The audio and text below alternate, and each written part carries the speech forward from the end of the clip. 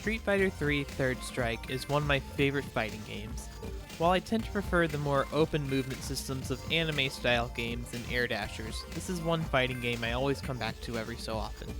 Third Strike has a bunch of little things that make me love it so much.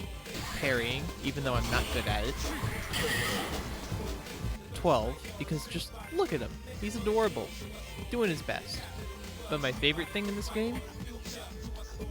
Probably would have to be Ryu vs. Ken, round start intro. It's this. The fist bump. Now, what makes this fist bump so important? Why do I like it so much? Well, that mainly comes down to characterization. In other words, you don't need to know about who Ryu is or why Kenneth here is apparently a master of something to see that, hey, these guys don't fist bump others before a match. They must be friends. Neat. But the really neat part is how much is behind this fist bump. Okay, quick crash course in Street Fighter lore. Third Strike is the last game in the timeline. Ryu and Ken have been best friends since childhood, both training in hang on.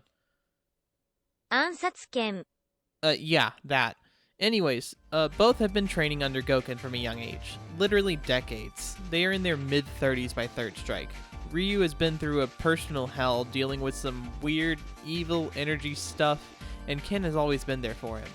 I know I'm simplifying and leaving out a lot of things here, but it gets my point across that despite everything, these two friends can just get together and have a good little sparring match for old time's sake. Personally, I love watching characters interact and develop. One of my favorite TV series is Star Trek, purely because it focuses so much on the bonds between people. It's little things like this fist bump that just makes the character lover in me get excited. Originally in this part of the script, I said that having characters speak a single line and doing a simple animation with maybe a different expression depending on the character they're fighting doesn't count. But after thinking about it, even that does so much for development, as even people who don't know much about the series or franchise can get little tidbits of info every new character they go against. Some games I play don't even get that. Let's look at a few of my favorite intros so I can show just what it is I'm talking about. Going up against Videl. I'd better make sure I don't hurt her.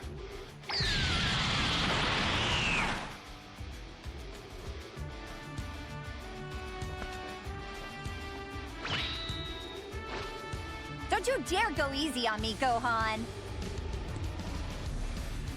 Not only is this one absolutely hilarious in and of itself, it shows the relationship between Gohan and Videl perfectly.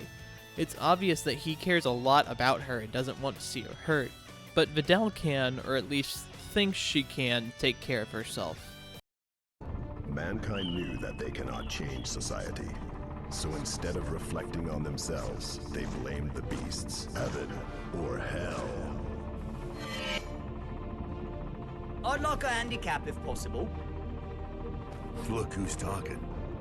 For anyone who doesn't know Guilty Gear lore, Axel basically has time powers and can freeze time locally for everyone other than him, which allows him to travel long distances really fast from our perception. Hey, editing me here, I kind of forgot to clarify that Axel is basically playing with a handicap because he doesn't really use these powers outside of one super that's not really good. So, yeah. On to the next part. Fun fact. Originally, Axel and Soul used their generic voice lines for each other, with Soul saying, "You better go all out right from the start," and Axel saying, "Go easy on me, Kay?" Axel and Soul are in perfect contrast here. Soul's all serious. He wants a clean fight with no gimmicks or funny stuff. Meanwhile, Axel's laid back, saying, "Oi, why can't we just chill and have some fun, mate?" My British accent is so bad. This also really meshes well with their playstyle, since Soul likes to be all up in your face, and Axel prefers to be at long range, so he can pester you with chain blades and force you to slip up and fight him on his terms. Now, these intros are all well and good, but there is one game, in my opinion, that takes fighting game intros to the next level. Guilty Gear XX Accent Core Plus R. Or just Plus R if you're normal. Accent Core has amazing animations in general, but some intros include entire fight scenes to get hype up before a match.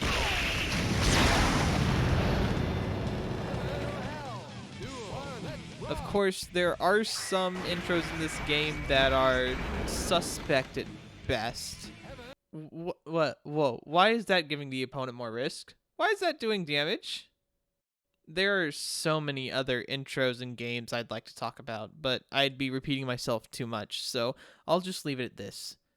Man, fighting games are cool. I'm honestly super happy I got into this genre. There's a lot going on right now, with a lot of games getting announced and released soon.